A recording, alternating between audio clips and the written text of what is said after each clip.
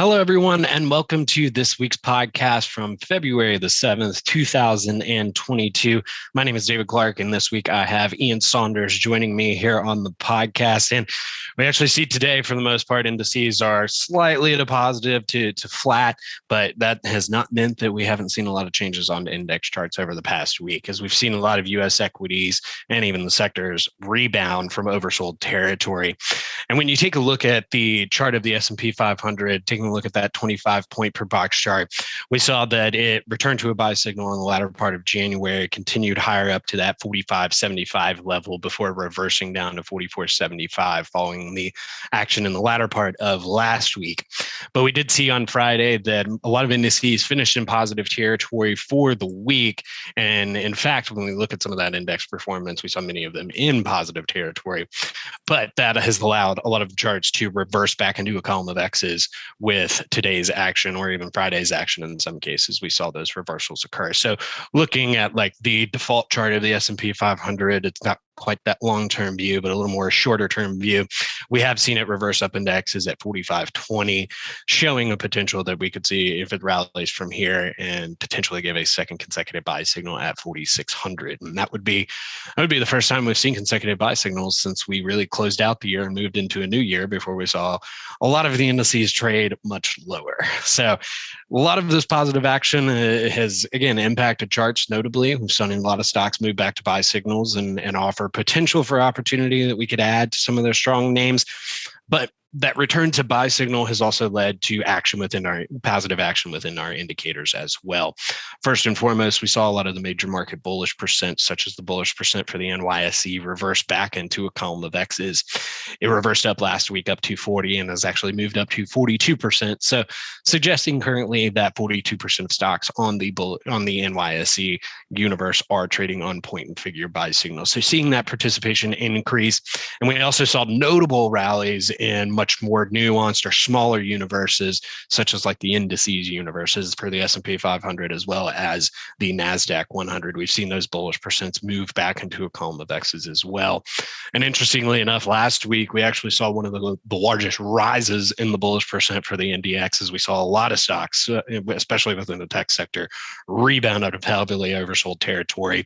And Ian's going to touch a lot on that in the latter part of this podcast. But looking at the bullish percent for the NDX, we did see it reverse up from 24%. And at the point that we looked at it on last Monday, or following last Monday's action, we saw 28 stocks return to buy signal following last Monday's action, which was the third largest single day increase for the bullish percent for the NDX, going back all the way to March of 2001.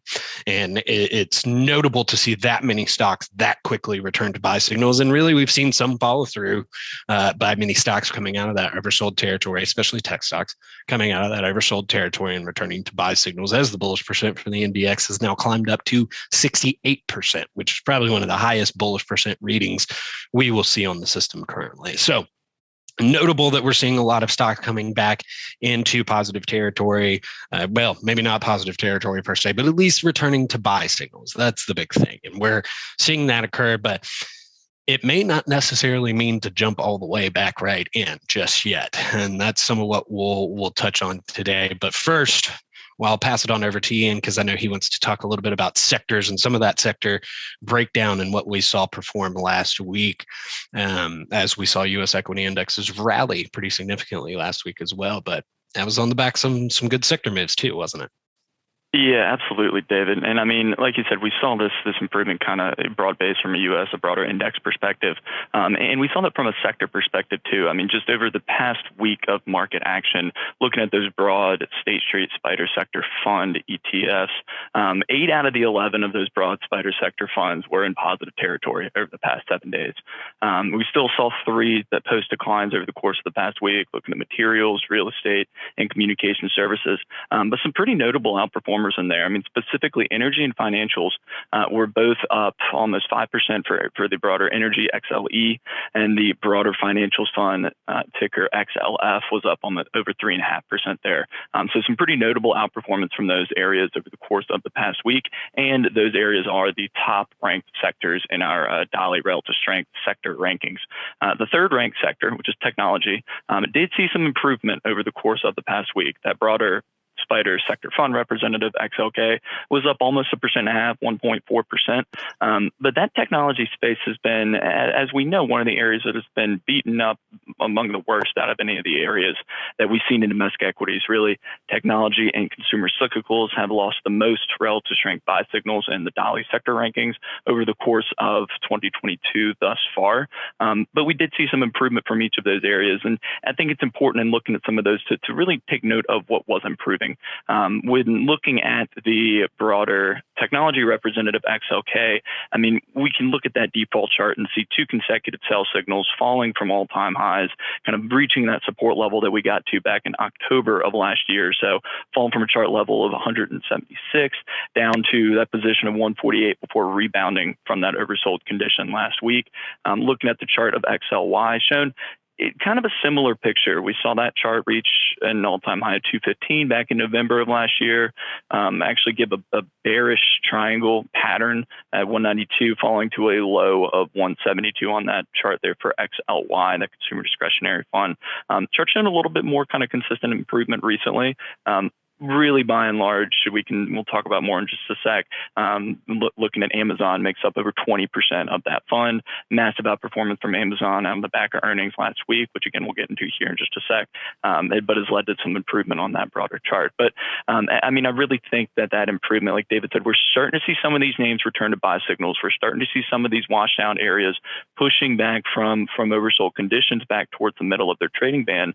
But I think it's important to take note of what is improving, right? I mean, when we're looking at the broader technology sector, a lot of the decline and the deterioration that we saw led to some pretty notable deterioration on those individual stock point and figure charts. We did see the bullish percent for technology, BPEC Tech on the site, reverse back up into a column of X's, but the positive trend start still remains in a column of O's at a chart level 20%. So just 20% of tech stocks are trading in an overall positive trend, which is not a great sign, kind of looking forward. And in looking at some of the individual holdings of these, I mean, looking at the roughly 400 tech stocks that we're tracking kind of from a coverage perspective on the site. Out of those 400 plus tech stocks, only 34 have a technical attribute of 4 or 5 and are on a current point and figure buy signal. So a lot of those names that we saw return to buy signals move back kind of from that oversold condition were names that were beat up pretty bad and saw some pretty notable technical deterioration. So a lot of that movement, definitely want to see some more confirmation, as David said, before jumping in to adding exposure to some of these names. Simply because they were oversold and might be returning to buy signals doesn't necessarily mean that their technical picture is improved enough to dictate adding exposure to at current levels. And a lot of the movement that we're going to be looking toward is going to be coming at earnings related. We've seen a lot of volatility throughout the broader market over the course of the past week or two, and a lot of that's been on the back of some of these earnings. A couple weeks ago, we saw Apple and Microsoft both tick a bit higher after their subsequent earnings releases, maintained kind of generally favorable technical pictures. Some of the other FANG names did report last week, looking at some that beat earnings, some that missed earnings, and those that missed earnings have been beat up pretty bad, while those that have beat earnings have actually shown some notable technical improvement. Looking at one that has shown the most notable improvement is going to be Amazon. Looking at ticker AMZN on the platform, that chart did move into an overall negative trend in January, on January 10th on that default chart. However, it maintained its RS relationships to still be a 3 for 5er from an attribute perspective. Movement last week led to, after the gave earnings of movement on Friday, there led to an improvement of over 13% for Amazon, bringing it up out of kind of nearing oversold conditions, right up back to the middle of its trading band at a current chart level of 3,200 as of trading close on Friday. So that massive improvement led it right up against that longer term bearish support line, which is going to be at a chart position of 32.64. So we see a little bit more improvement kind of sustained from Amazon there. We do see that chart move back into an overall positive trend, which would come around that 32.64, 33.28 level, would tick it up another attribute to a 4 for 5er.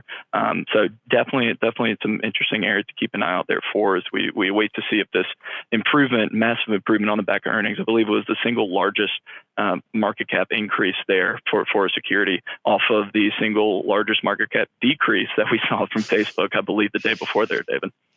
Right. And well, that's the thing is not all stocks were treated equally during earnings season by no means. And Facebook was probably the most noteworthy or if anything, just newsworthy piece stock that we saw break down last week. Following it reporting earnings on Wednesday after market close, we came in on Thursday and basically Facebook opened up 26% lower. So we saw it fall roughly about 26%.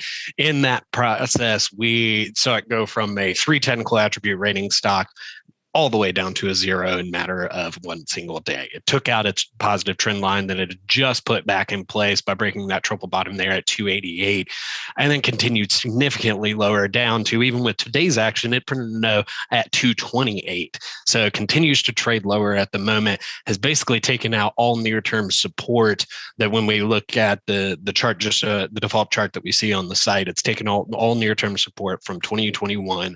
You're now looking an at support at 228 that dates back to 2020. And then from there, looking further back, you have a little bit of support at 208. But really, this is an extreme breakdown, and definitely is an extreme that we see as far as breakdowns go. It's not often that you see stocks fall 26% after earnings. So not something that we would call in the realm of normalcy.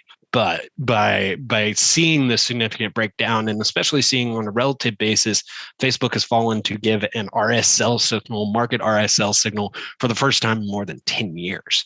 So when you see those things and you see that type of breakdown, obviously it's significant to the extent of, at this point, you really feel like you have to approach Facebook as a holding that you're just looking to step away from, because it's significantly broken down at this time. But at the same time, it is in highly oversold territory. So statistics would lend to think that you, like many of the tech stocks we saw last week, rebound out of oversold territory. So something to keep an eye on with Facebook is if you're able to see that rebound out of oversold territory, maybe go ahead and capitalize. Realize you know, if near term it's a loss, you realize the potential loss. But if it's a long-term holding and you get a bit of a rebound, go ahead and lock in some of those profits, as we've seen Facebook break down in a very significant manner. The other stock that, again, was not immune to any downside action following an earnings report. This one is not technology related, but is one that we had talked about quite a bit. I know personally I had talked about quite a bit, was Ford Motor Company, symbol F. It was, prior to earnings, a 4 for 5er, was sitting in great position, showed the potential of giving a second consecutive buy signal. We actually talked about this earlier. In a call last week, I was very excited about Ford right prior to earnings, and then after earnings reported, probably not so much, because we saw that reverse down into O's. It fell to break the triple bottom there at $18.50, and it actually ended up falling down to $18, returning it to a sell signal for the first time since really October of 2021, when it was on. It's been on a buy signal since that time. With the move, we actually saw Ford go from a 4 for 5er down to a 2 for 5er, because it reversed down into a column of O's against the S&P as well as its peer group within the DWA Autos Index. So again, last week was maybe a story of rebounds unless you were reporting earnings. That's in a nutshell in many cases, as we saw quite a few breakdowns, with the exception of Amazon being the one upside break that was fairly significant. But we will continue to monitor as this week goes along, and bring you more action next week within our podcast as we see markets play out. We continue to monitor Dolly to see if domestic equities is able to maintain that number one position, as commodities are separated by only one buy signal. So there still continue to be a lot of things that we need to monitor. Even after what was a rough January, we've gotten a positive start to February, but we need to continue to monitor many of these trends that have been near term to see if they maintain, turn into more intermediate or long-term trends, such as the value play that we've seen improvement out of that space, as well as we noted earlier, that domestic equities and commodities relationship continue to be something that we are closely monitoring. But again, we will be back next week to bring you up to date on anything occurring in the market. And as always, we appreciate you guys listening to the podcast. And feel free, if you have any questions about the podcast or any media or just a stock you want to talk about, feel free to call the Dorsey Wright analyst team at 804-320-8511. Hope everyone has a nice start to their week.